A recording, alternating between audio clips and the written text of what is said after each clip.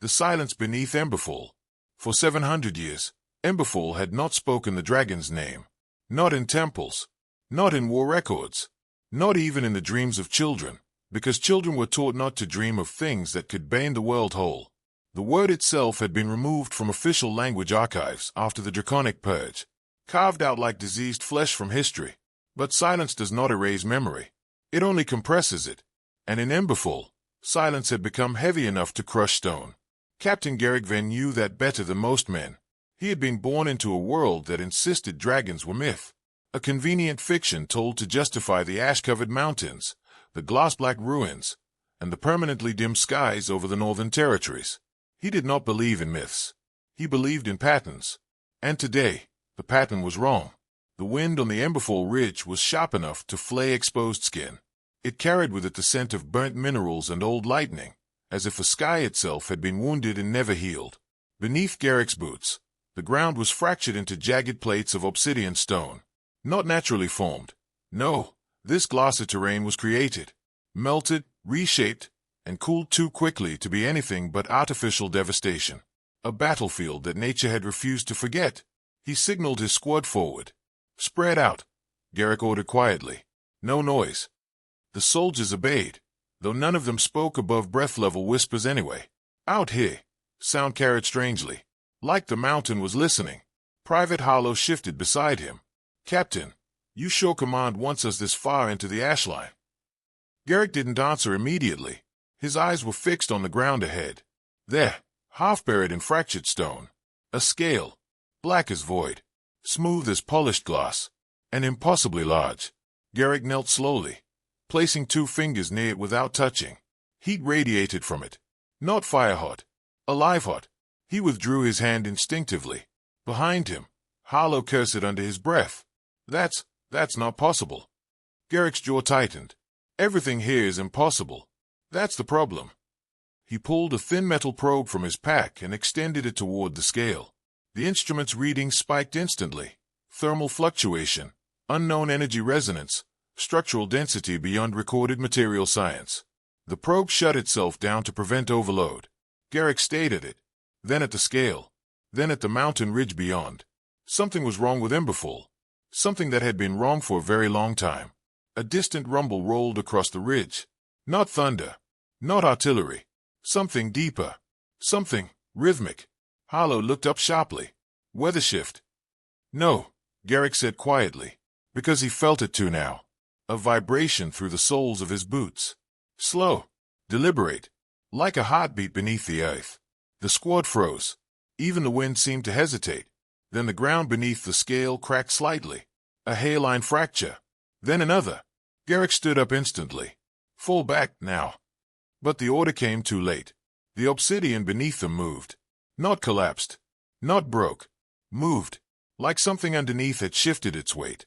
The entire ridge groaned. Stone plates slid against each other with the sound of grinding glass. Deep fissures split open across the mountain face, revealing a faint orange glow beneath layers of rock that should have been solid mantle.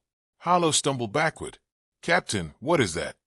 Garrick didn't answer, because for the first time in his career, he had no classification, no protocol, no reference, only instinct. And instinct was screaming. The mountain exhaled. It was the only way Garrick could describe it later. A slow release of air that should not have been trapped beneath kilometers of stone. The pressure rolled outward in a visible wave, pushing dust and ash into spiraling columns. And then, light. Beneath the cracked ridge, something opened. Not a cave. Not a tunnel. An eye. Massive. Golden.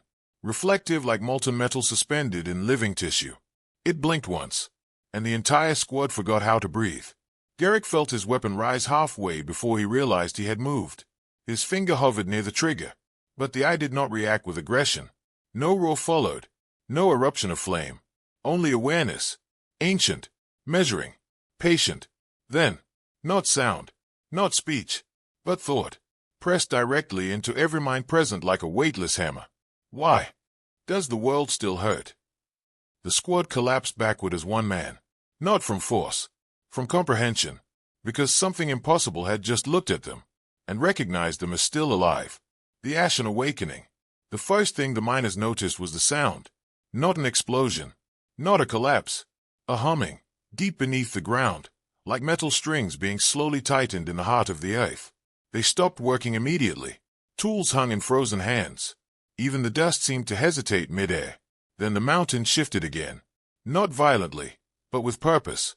A slow, deliberate adjustment, as if something enormous beneath Emberfall had finally remembered how to move after centuries of stillness. And then the stone began to glow. Across the Emberfall mining network, alarms failed to activate. Not because they were broken, but because they had never been designed for this kind of signal.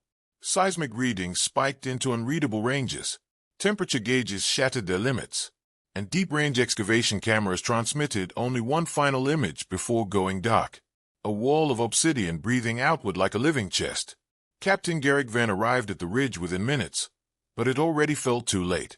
His squad from Part 1 had not returned. That alone told him everything he needed to know.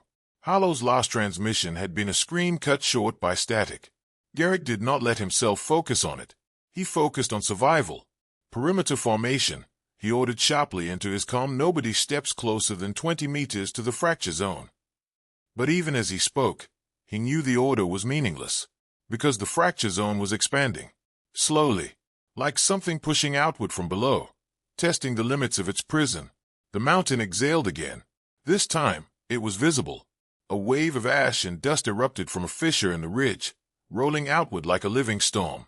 The ground beneath Garrick's boots vibrated violently, and for a moment, he thought the entire mountain was collapsing. But it wasn't collapse. It was awakening. Stone plates along the ridge split open in perfect geometric fractures, revealing veins of molten light beneath. Not lava in the natural sense, but structured, controlled, flowing in patterns too precise to be geological accident. It looked engineered, or remembered. "Captain," one of the soldiers shouted, "we're getting heat signatures, impossible ones." Garrick didn't respond, because he could see it too now. Something massive was rising beneath the ridge, not pushing upward like a landslide, but unfolding, like wings stretching after a long sleep. Then came the eye. It emerged through the fractured stone like dawn breaking through a sealed horizon. Gold, ancient, alive in a way that made everything around it feel temporary. The entire ridge dimmed as if reality itself was adjusting to its presence. Soldiers stepped backward instinctively. Weapons were raised, but no one fired, because nothing in training prepared them for a mountain to look back at them. The eye focused, and everything stopped. Wind, dust, sound. Even the tremor beneath their feet fell into silence, as if the world itself was waiting. Then the thought arrived. Not spoken, not transmitted, imposed. It bypassed ears and language entirely, pressing directly into the minds of every human on the ridge. Why? Does the world still hurt? One soldier dropped his rifle. Another fell to his knees, shaking violently. A third simply stayed at the sky as if searching for an explanation that could not possibly exist there. Garrick remained standing, but only barely. His mind fought to categorize what he was experiencing. Psychological projection, unknown electromagnetic cognition field, mass hallucination triggered by environmental toxins. But none of those explanations survived contact with the certainty in that presence. This was not illusion. It was awareness. The ground split again, this time wider, and from beneath Emberfall, something began to rise. Slowly, carefully, as if afraid of breaking the world above it. Stone cascaded away like shedding skin, revealing scales beneath, black as compressed night, each one the size of a transport vehicle, each one etched with patterns that shimmered faintly in the volcanic glow. A massive shape unfolded beneath the ridge, a spine longer than the mining tunnels, wings still half buried in stone, a creature that should not have been physically possible, and yet it moved with terrifying grace. One soldier whispered, "That's a dragon." The word sounded wrong in the air, like a forbidden memory resurfacing. Garrick's jaw tightened. Official doctrine said dragons were myth, ancient propaganda, extinct long before modern civilization stabilized. But doctrine had never accounted for this. The creature rose further, and as it did, the temperature across Emberfall changed. Not hotter, not colder, balanced, controlled. The ash in the air settled unnaturally fast, as if guided by invisible intent. The cracked earth beneath them began to smooth at the edges, stone fractures sealing slightly, not healing completely, but stabilizing, as though the mountain itself was being carefully prevented from dying. Then the voice returned, not louder, closer. I remember. When your kind was small. When you feared the dark instead of becoming it. The dragon's head emerged fully now. Massive horns curved like ancient architecture. Eyes that carried centuries of silence without hatred, only exhaustion, and something far more dangerous than anger. Compassion. Garrick raised his weapon. He didn't know why. It felt like muscle memory responding to history rather than reality.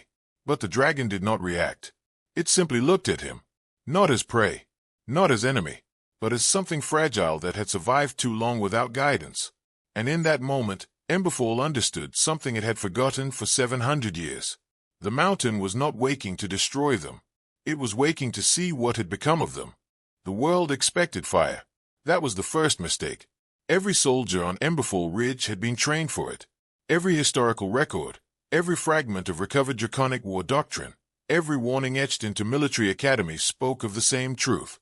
When a dragon awakens, everything burns. So when the massive creature fully emerged from beneath the fractured mountain and did not attack, the soldiers did not know how to respond. They only knew how to prepare for destruction. And yet, nothing came. No inferno. No roar of annihilation. Only silence and warmth. Captain Garrick Van lowered his weapon by a fraction, though his grip remained tight enough to whiten his knuckles. His instinct screamed at him to fire, to retreat, to call for orbital strike authorization that would never be granted in time. But none of those instincts matched what he was seeing. The dragon, no, the thing that had to be a dragon, continued rising slowly from the earth, each movement deliberate, careful, as if the world around it was fragile glass. Its body was immense, larger than any structure Garrick had ever seen outside capital megacities. Its wings unfolded halfway, not in threat, but in caution, displacing air in slow, controlled waves that did not knock soldiers off balance, but gently pressed them backward like an unseen hand guiding them to safety. The ash in the air did not scatter chaotically. It settled. Even gravity seemed calmer in its presence. One of the younger soldiers, Private Harlow's replacement, barely out of training, whispered, "It's not attacking." His voice cracked. Another soldier replied, almost reflexively, "It's waiting for permission." The words sounded absurd the moment they were spoken, but no one laughed, because it felt true. The dragon lowered its head further, and Garrick finally saw its eyes fully. Gold, yes, but not the burning, violent gold of destruction. It was something older, something weary, like a star that had stopped expanding not because it could not, but because it no longer wished to consume. Then the voice returned, not external, not audible. A pressure inside thought itself. "I remember when your kind was small." The soldiers stiffened. No one moved. Even the wind seemed reluctant to interrupt. "You used to fear the dark. Now you have become it." The words did not carry accusation. They carried observation. And that was worse. Because judgment could be fought, but understanding could not. Garrick forced himself to speak aloud, his voice rough. "What are you?" The dragon's head tilted slightly, as if considering the question not for its meaning, but for its framing. Then the reply came, not as sound, but as meaning shaped into language. "I am Kareth." The last kindness Emberfall tried to erase. A ripple passed through the ridge, not seismic, emotional.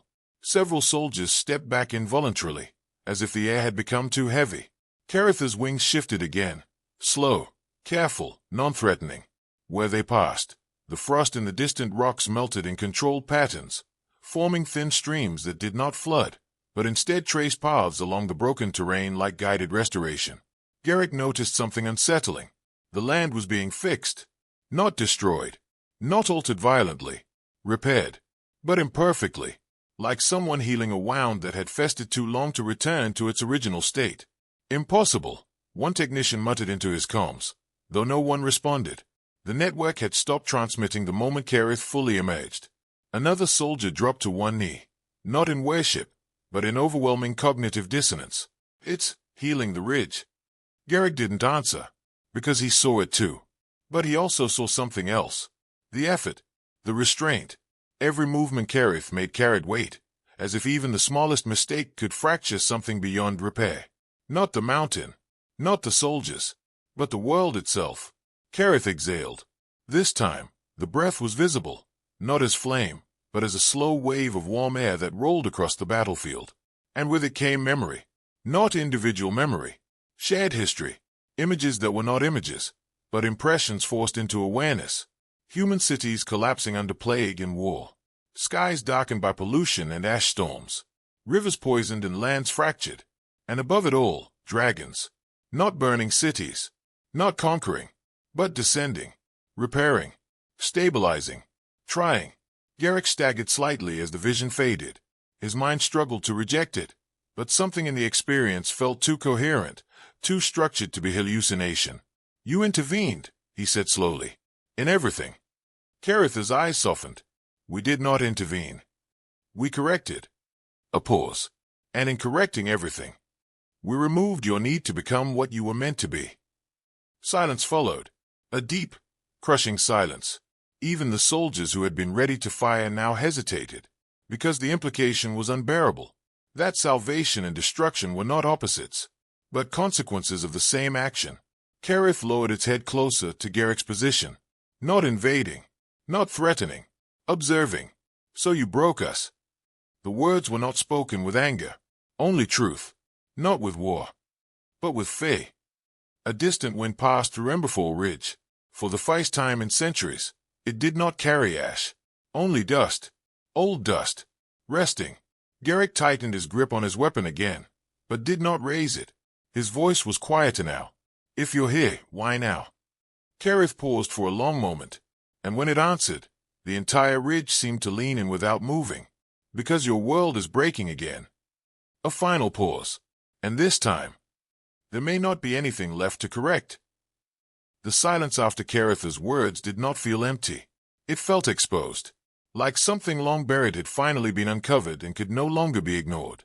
Captain Garrick Venn stood on the fractured ridge, his weapon no longer raised, but still in his hand as if letting go of it would mean letting go of certainty itself.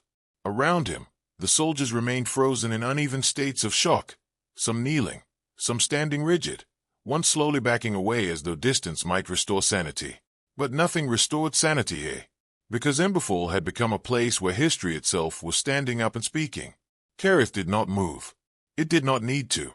Its presence filled the valley like a second horizon, massive wings half unfurled, casting shifting shadows over broken stone. The glow beneath the earth had stabilized now, no longer erupting, but pulsing faintly like a controlled heartbeat. Garrick forced himself to speak again. If you remember everything, he said carefully, then tell me this. He swallowed. His voice dropped lower. Why did the dragons disappear? A long pause followed. Not hesitation. Deliberation. As if Kareth was choosing not what to reveal, but how much of reality humanity could survive at once. When the answer came, it was quieter than before. We did not disappear. The ground beneath them trembled faintly, not from seismic force, but emotional weight. We were removed. Images pressed into Garrick's mind again, sharper this time. Not vague impressions, not symbolic visions, but structured memory fragments, like data forced directly into consciousness. Cities from centuries past, unstable, collapsing systems, skies choking with toxic ash, oceans rising, then retreating violently, entire regions turning into dead zones where even machines failed, humanity on the edge of extinction, and above it all, dragons, not as conquerors, but as intervention forces. Kareth's voice continued. Your kind was failing. Not slowly, not evenly. Suddenly, the vision shifted. Plague sweeping continents. Wars escalating beyond containment. Climate systems collapsing in cascading failures. And each time, dragons responding. Not with destruction, but correction. Redirecting storms. Stabilizing tectonic instability. Purifying air and water systems at a planetary scale.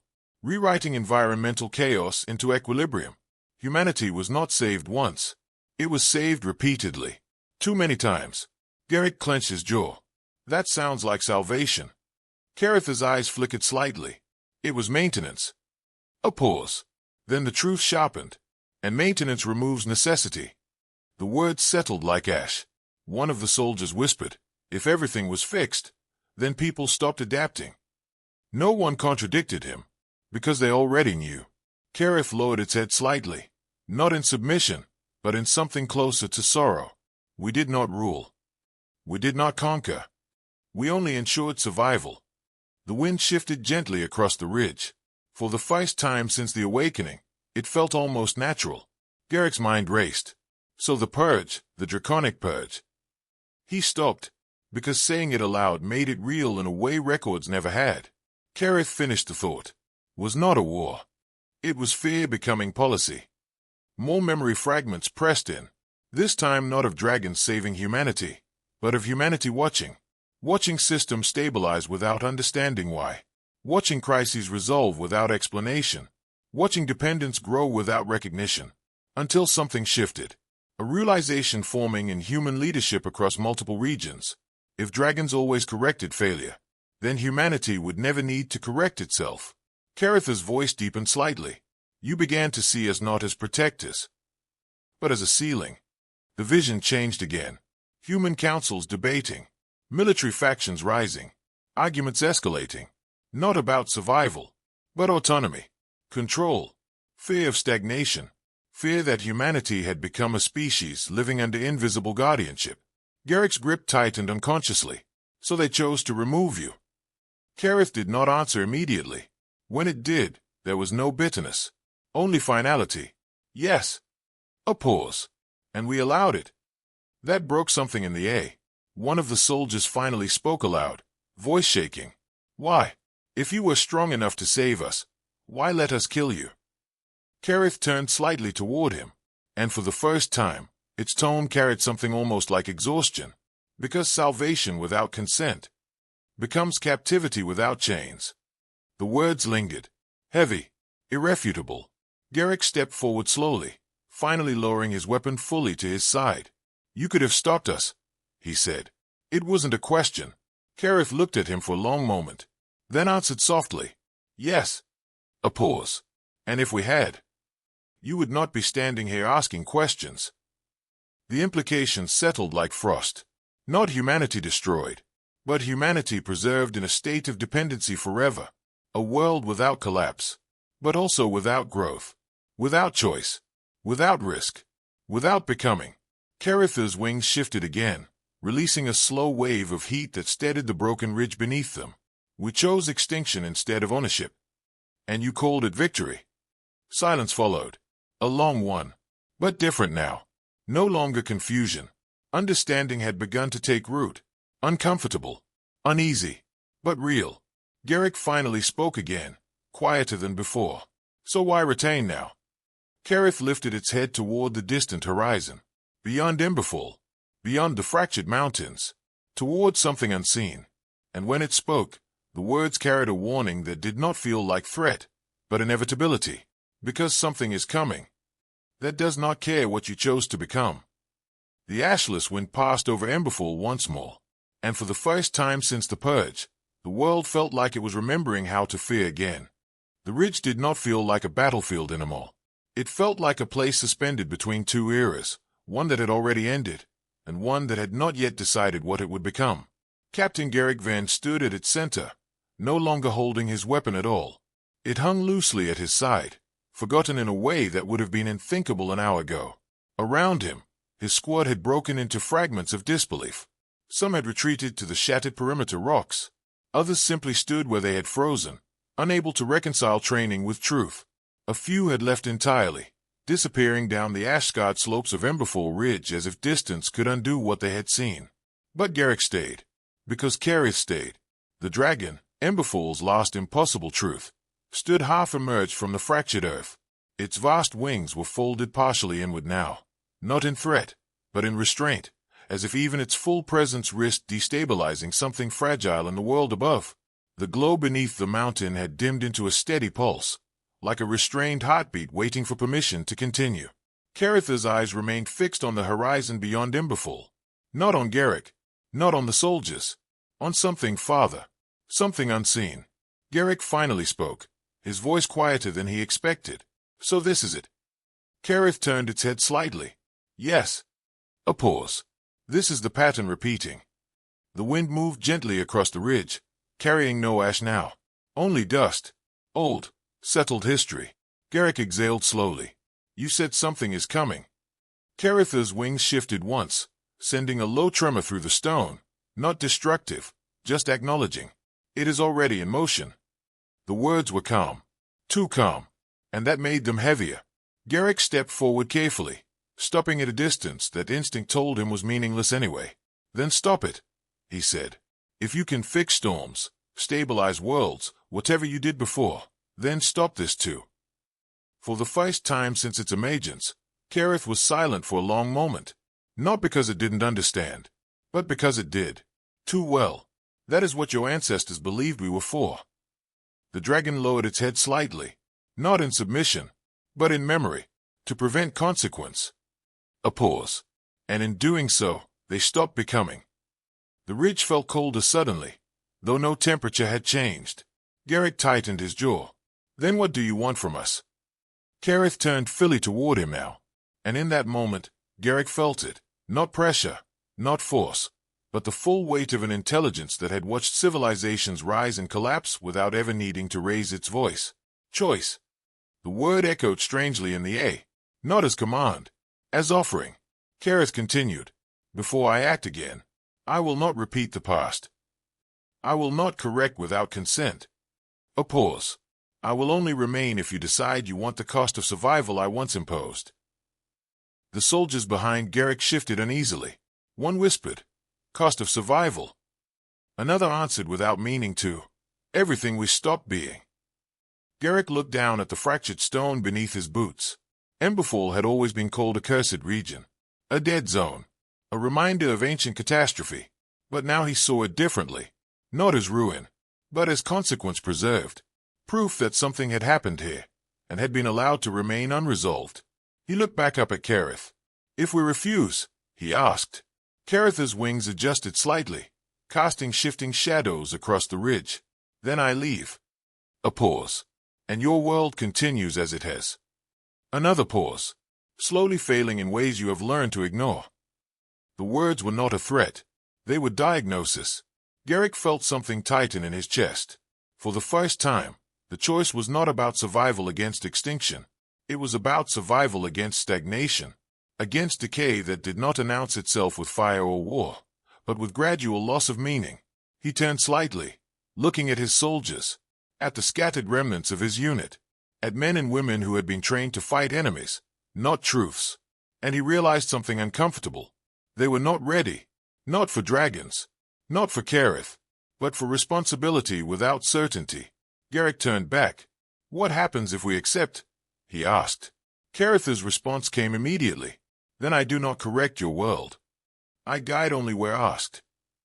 And I watch as you decide whether you will become something worth preserving without being forced to be. A pause. You will be vulnerable again. Another pause. And you will be accountable again. The silence that followed was the heaviest yet, because it was no longer about dragons. It was about humanity. What it had been, what it had become, and what it might still choose to be. Garrick closed his eyes for a moment. When he opened them again, his decision had not become easier, only clearer. He stepped forward one final time, and slowly, deliberately, he lowered his weapon into the fractured stone at his feet, letting it rest there among the ruins of Emberfall's past. Then he spoke, not as a soldier, not as a captain, but as a human being who had finally stopped demanding certainty. We choose to try, he said. A pause. Then, quieter, on our own. Carith did not respond immediately. The ridge waited. The world waited. Even the wind seemed to hold itself still. Then, slowly, the dragon exhaled. A single, long breath that rolled across Emberfall like the turning of an ancient page. Then I will remain. A pause. Not as your correction. Another pause. But as your witness. The wings of Carith began to fold inward, not disappearing, not vanishing, but settling, like a presence choosing not to dominate the sky. The glow beneath Emberfall dimmed into a quiet pulse. Not gone, just waiting. And for the first time in 700 years, Emberfall was not a place of silence. It was a place of possibility.